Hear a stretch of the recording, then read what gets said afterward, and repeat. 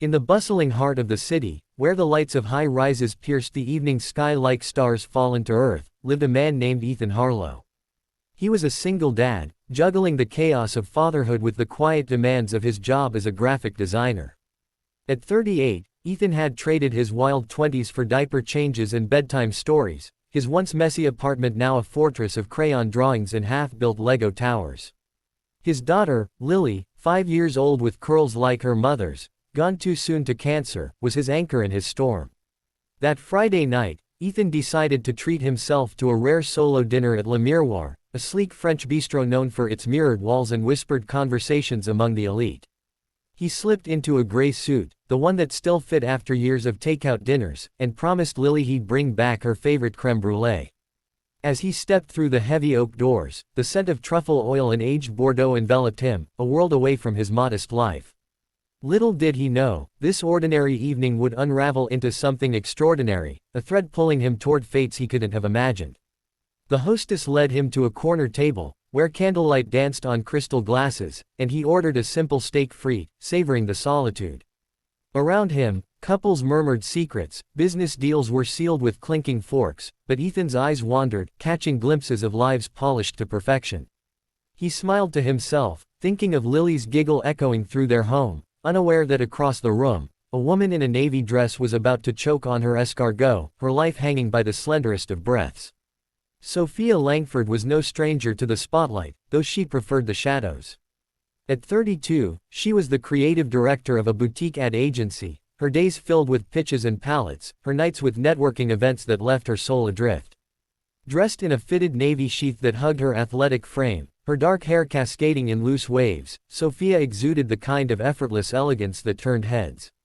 But beneath the poise, she carried the weight of expectations, her own, her family's, the city's endless hustle. That night at Le Miroir, she dined alone, nursing a glass of Sancerre while reviewing notes on her phone for a morning meeting. The escargot arrived steaming, a delicacy she'd ordered to impress no one but herself. One bite in, the world tilted. A garlicky snail lodged in her throat, her breath caught like a bird in a cage. Panic surged as she clutched the tablecloth, her napkin fluttering to the floor. The diners nearby froze, their forks mid-air, eyes wide with that universal horror of helplessness. Sophia's vision blurred, spots dancing like fireflies in the dim light. She tried to stand, her chair scraping harshly against the parquet floor, but her knees buckled. A waiter rushed over, pounding her back with frantic slaps that did nothing but bruise. Whispers rippled through the room, "Call 911. Does anyone know the Heimlich?" Time stretched, elastic and cruel, her lungs screaming for air that wouldn't come. In that suspended moment, as the mirrors reflected her distorted face back at her, a stranger's voice cut through the chaos like a lifeline tossed into stormy seas. Ethan had just speared a frite when the commotion erupted. At first, he thought it was a spilled wine glass, a clumsy toast gone wrong. But the woman's gasp, raw, desperate, jolted him upright. He saw her then, across the gilded expanse of the dining room, Sophia, her face flushing crimson, hands clawing at her neck in the universal sign of choke. Without a second thought, Ethan was on his feet, his chair toppling with a clatter that barely registered. He wove through the tables like a man possessed, suits and gowns parting before him as if sensing his purpose. Years ago, in a CPR certification class for Lily's daycare, he'd learned the Heimlich maneuver, practicing on a dummy that now felt laughably inadequate. But instinct overrode doubt. He reached Sophia just as she slumped against the waiter, her eyes locking onto his with a plea that pierced deeper than any cry. "Stand behind her," he muttered to the stunned server, positioning himself with steady hands. Wrapping his arms around her waist, he balled his fist just above her navel, the other hand clasping it firm. 5 thrusts, each one a prayer, out with the air, in with the hope. On the third, a wet pop echoed, the snail dislodging like a cork from a bottle, flying across the room to land in a patron's lap. Sophia collapsed forward, gasping, tears streaming as oxygen flooded back. Ethan held her upright, his heart thundering against her back, the room erupting in applause that felt distant, surreal. "Breathe," he whispered, guiding her to a chair, his voice the calm in her storm.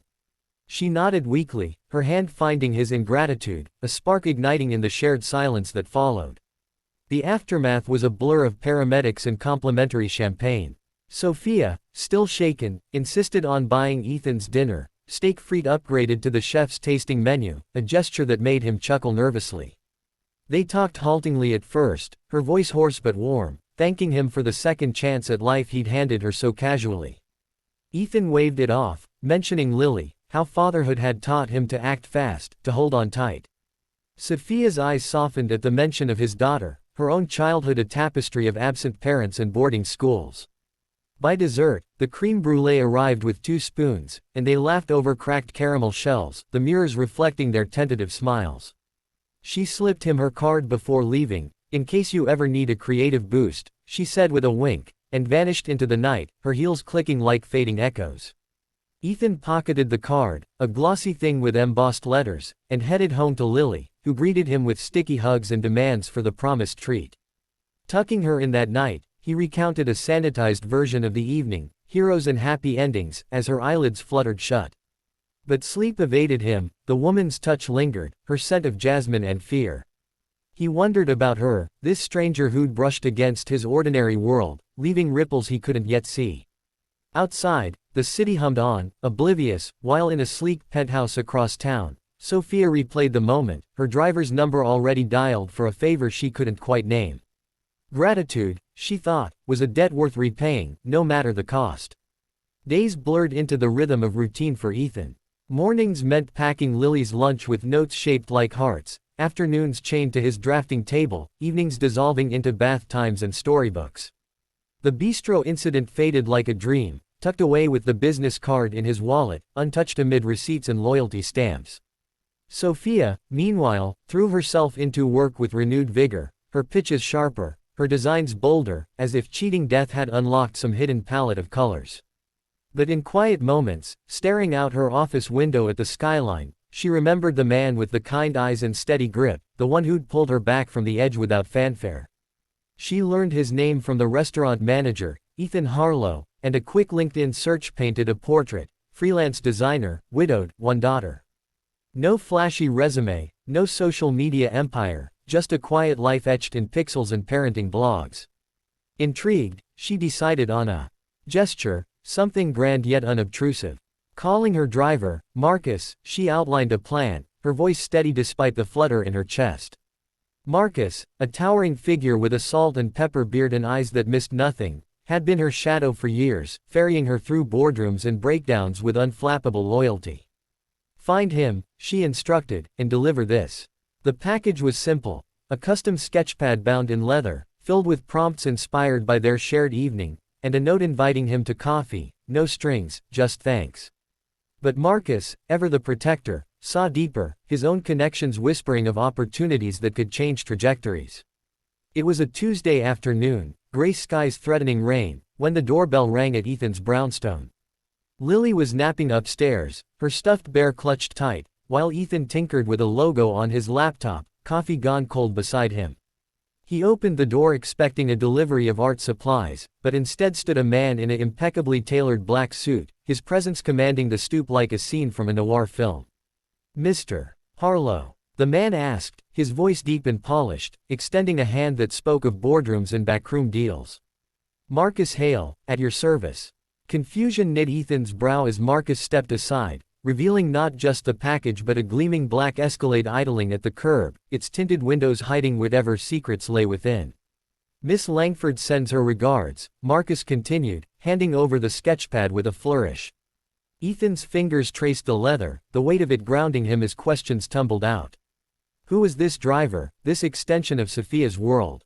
Marcus smiled faintly, a crinkle at his eyes betraying warmth beneath the formality.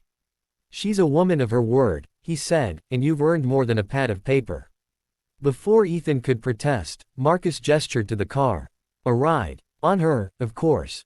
Lily's nap gives you time." Reluctantly, Ethan agreed, the package under his arm like a talisman, stepping into luxury that smelled of new leather and possibility. As the door closed behind them, Lily stirred upstairs, dreaming of adventures yet to come. The drive through the city was a revelation for Ethan, the Escalade slicing traffic like a shadow, Marcus at the wheel with hands steady as a surgeon's. They talked little at first, weather, the Mets' losing streak, but Marcus had a way of drawing out stories, his questions gentle probes into Ethan's life. The single dad facade cracked under the attention. Ethan spoke of Lily's first steps on the day of the funeral, of nights when grief was a blanket too heavy to shake. Marcus nodded, his own tales emerging in fragments. A former Wall Street wolf turned chauffeur after a divorce that stripped him bare, finding solace in Sophia's employ. She's not just a boss, he said, eyes on the road, she's family, the kind you choose. The car pulled up to a nondescript garage in Midtown, where Marcus punched a code, revealing an underground lair of polished chrome and humming engines. Mr. Langford's collection, he explained, Sophia's father, the billionaire tech mogul whose name evoked Forbes lists and private jets. Ethan blinked at the array, Ferraris-like scarlet arrows, a vintage Aston Martin purring softly, each a testament to wealth woven into whimsy.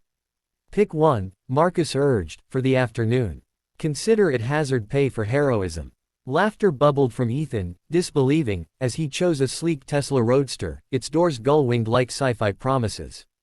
Keys in hand, Marcus clapped his shoulder. Drive safe. And Ethan, life's too short for small gestures.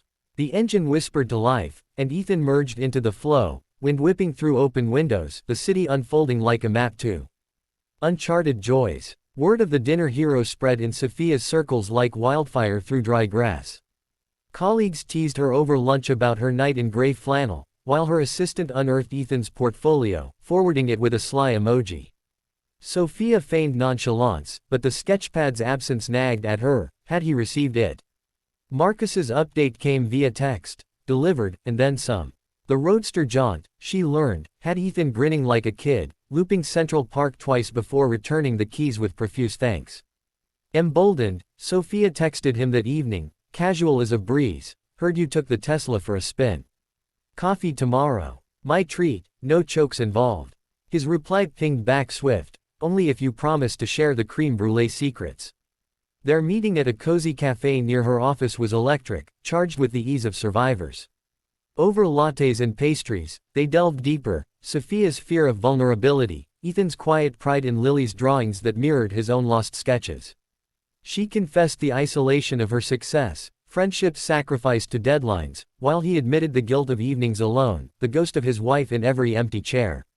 Laughter bridged the gaps, her hand brushing his overshared crumbs, a current humming beneath.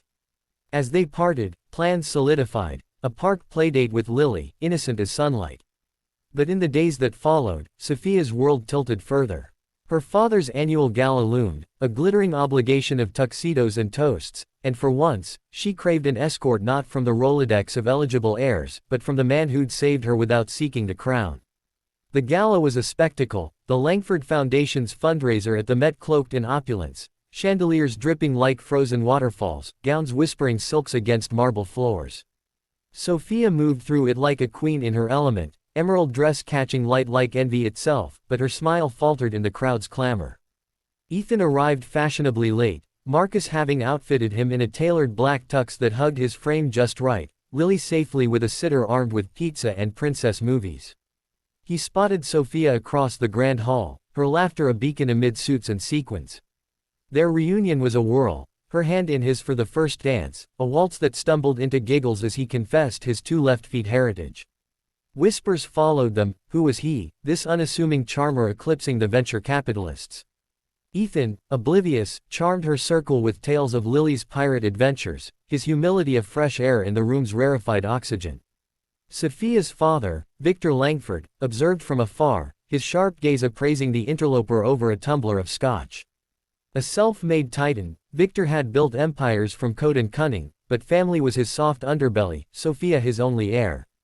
Approving nods came as Ethan discussed sustainable design, passions aligning with the Foundation's green initiatives. Later, on the terrace under starlit awnings, Victor pulled Ethan aside. "You saved my girl," he rumbled, voice like gravel over gold. For that, doors open. A business card exchanged, heavy with promise, and Ethan felt the shift, a bridge from his solitary isle to this vast archipelago of influence.